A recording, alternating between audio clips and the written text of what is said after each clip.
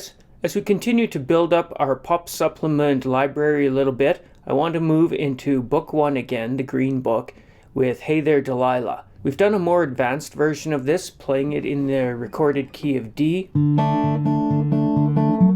D's and F sharp minors, and looking at the finger picking pattern. Now what I want to do here is just look at the melody as presented by Leonard.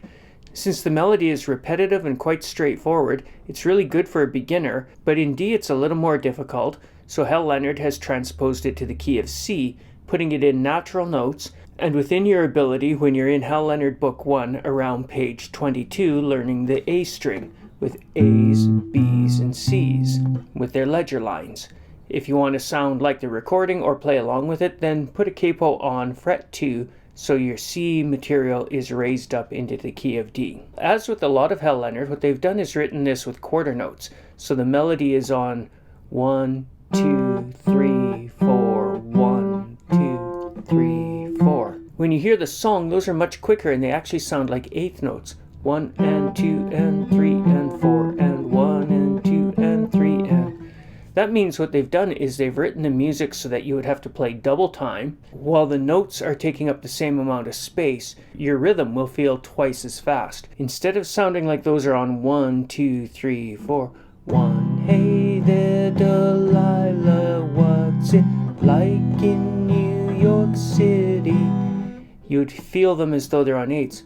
Hey there Delilah, what's it like in New York City? Another way to do that is where the time signature says 4/4, which is common time, you could make it cut time so that the pulse again is on the 1 and 3.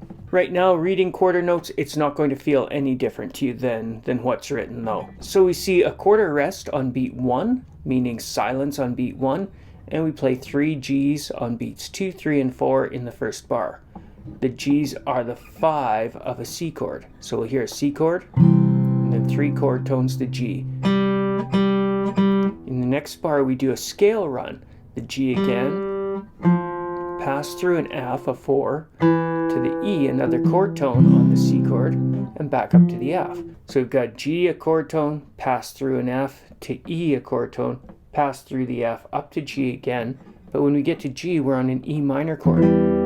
This is the minor 3 chord, and the G, which was a 5 in C chords, is now a minor 3 on the E minor chord. And we do the same thing.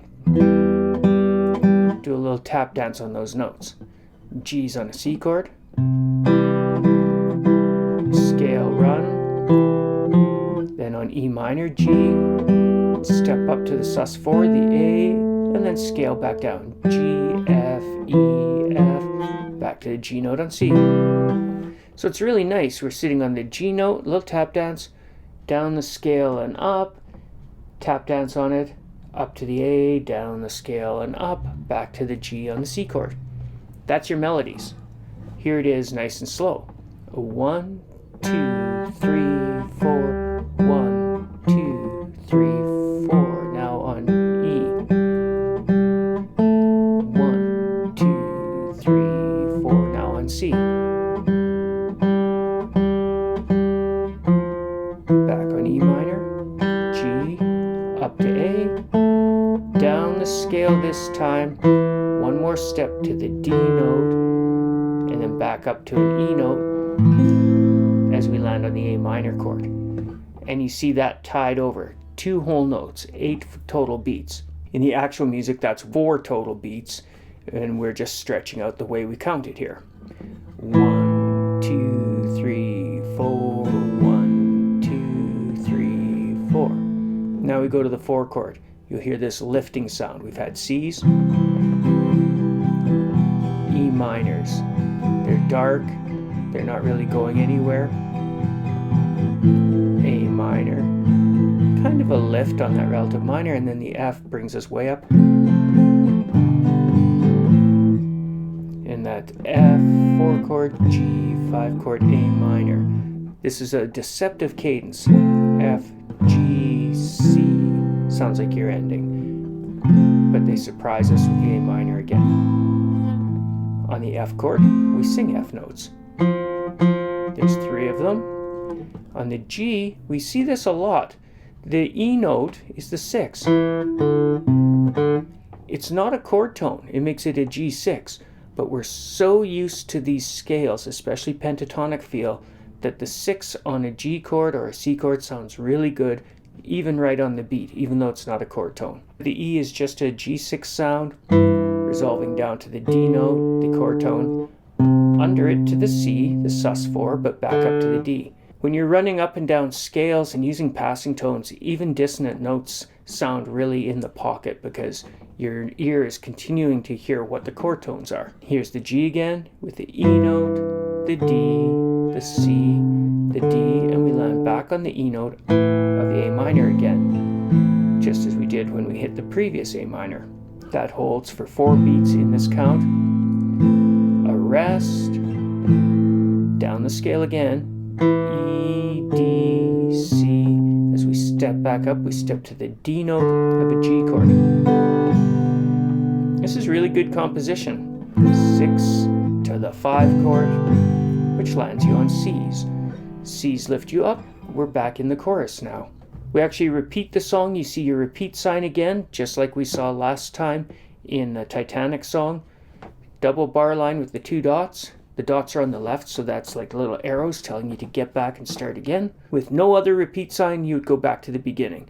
But to clarify and perfect it, they've put repeat signs at the beginning as well. Double bar line with the 2 dots. So we've encompassed those areas. You repeat from the back repeat sign, go back to the first. So we're back at the top again. Rest on 1, G, down the scale, land on G but on an E minor chord, up and back down. G again on the C chord, down the scale, back up to get to E, hit the A and come down the scale, but keep going down to the D, and then step up to the E note on the A minor chord. 4 chord and rest on B1, then play the 3 F notes. Walk down the scale in G, land on the E note again on the A minor chord. Rest, down the scale again, and step back up to the D note of a G chord. You get the brightness of that for 2 bars, whole note tied, and we're into the chorus. And we go way up on the C chord to the root. Really bright here. You see a dotted half note. We ran into that in the last song as well. Half notes, the circle with the stem are worth 2 beats. With the dot, they're worth 3. You take that half note, dotting it adds a lower value note to it. The next lower value is half its value. So half of a half note is a quarter note. So 2 beats plus 1 beat, so you get 3 beats. 1, 2, 3, another C. Jump up to E. That's the 3 of the chord, another chord tone, and walk down the scale. And then step up from B to C on the A minor chord tone, and drop to another chord tone, the A itself. The A is the dotted half note. It lands on beat 2, takes up 3 beats, so 2, 3, and 4. Tied to the next bar, a whole note, 4 beats. 1, 2, 3. Where you don't play, you just hold the note. G note on a C chord again, the 5. Again, a dotted half for 3 beats. 1, 2, 3. Hit it again at the end of the bar. Again in the next bar, and walk down your scale. G, F, E, D, and back to E, the 5 of this A minor chord. You see again, we're in ending 1, the little 1 and the bracket above that A minor chord. So first time through the chorus, we play the A minor chord with that note, hit the repeat sign, don't go all the way back to the beginning, go to the next nearest repeat sign that's bracketing, which is the chorus again. So you're back up on C, 1, 2, 3, leap from C to another chord tone, E, D, C, under the C to the major 7, the B, step back up to the C, but now it's on A minor, so it's a flat 3, to the A, tie for a bar, C with a G note for 3 beats, and continue the idea, walking down and up the scale. This time land on the E note of a C chord, and you're finished. It's tied for 2 whole notes, and you see the little bird's eye, the dot with the curve over it. That's called a fermata. That's a pause. It just basically means you're stretching the time of whatever it's over by roughly half of its value. So here it's over a whole note. You roughly make that 6 beats. Really quite pointless to worry about it because we're at the end of the song. But they're trying to tell you, don't just end it at the bar line. Let it ring for a little bit. I'll play this chorded intro a couple of times just as a warm-up into the song. Then we'll play it with repeats.